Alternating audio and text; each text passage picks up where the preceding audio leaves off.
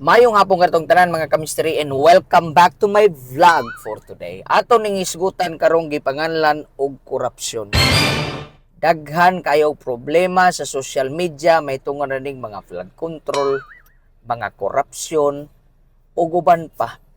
Grabe makatutok ang atong mga tao sa mga korupsyon aning kalibutan, mga flood control ug uban pa gyud nga mga klase sa mga pamaagi nga diin makagather og kwarta ang usa ka tawo. Wow. Dili ta angay mabalaka na mga kaigsunan. Okay. Kay ngano man daan na nang gisulti ni Pablo daan kang Timothy sa 2 Timothy chapter 3 verse 1, kung imong makita dihang ulagway giingon sa balang kasulatan nga mga tawo sa hinapos nga mga panahon, perilous, dangerous time, mga mahigugmaon sa kwarta.